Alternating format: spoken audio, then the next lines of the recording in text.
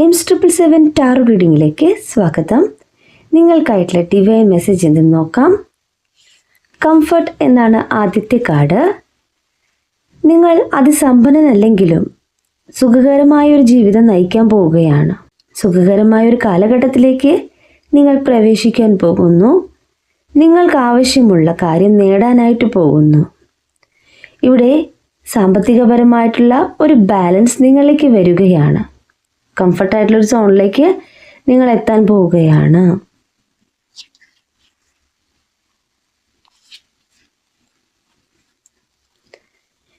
Piece എന്നാണ് കിട്ടിയിട്ടുള്ള card.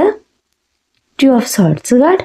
നിങ്ങൾ ഇപ്പോൾ എടുക്കാൻ പോകുന്ന തീരുമാനം നിങ്ങൾക്ക് ഒരു ഡിഫിക്കൽട്ട് ചോയ്സ് ആയിട്ട് ഫീൽ ചെയ്യുന്നു.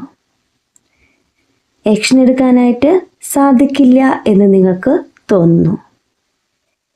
നിങ്ങൾ സമാധാനമാണ് ആഗ്രഹിക്കുന്നത്. നിങ്ങളിലെ ചിന്തകളെയാണ് യൂണിവേഴ്സ് ഇവിടെ കാണിച്ചു തരുന്നത്.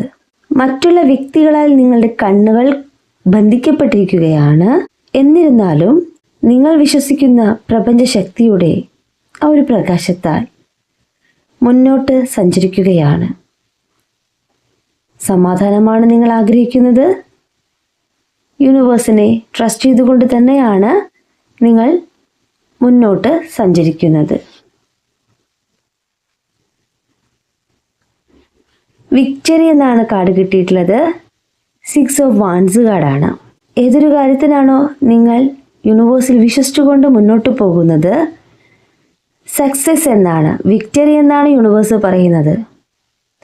നിങ്ങളുടെ ഈ ഒരു പ്രവൃത്തി, നിങ്ങളെന്ന വ്യക്തിയെ മറ്റുള്ളവർ കാണുന്നത് ഇൻസ്പയർ ആയിട്ടുള്ളൊരു പേഴ്സൺ ആയിട്ടാണ്. നിങ്ങൾ മറ്റുള്ളവർക്ക് പ്രചോദനമാണ്. നിങ്ങളിലെ ലീഡർഷിപ്പിനെ കാർഡ് പറയുന്നു.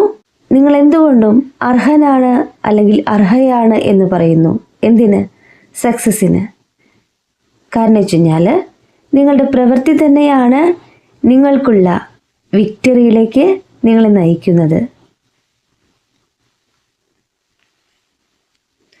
യൂണിവേഴ്സിൽ വിശ്വസിച്ചുകൊണ്ട് നിങ്ങൾ ചെയ്യുന്ന പ്രവൃത്തി നിങ്ങളെ വിക്ടറിയിലേക്ക് എത്തിക്കുന്നു.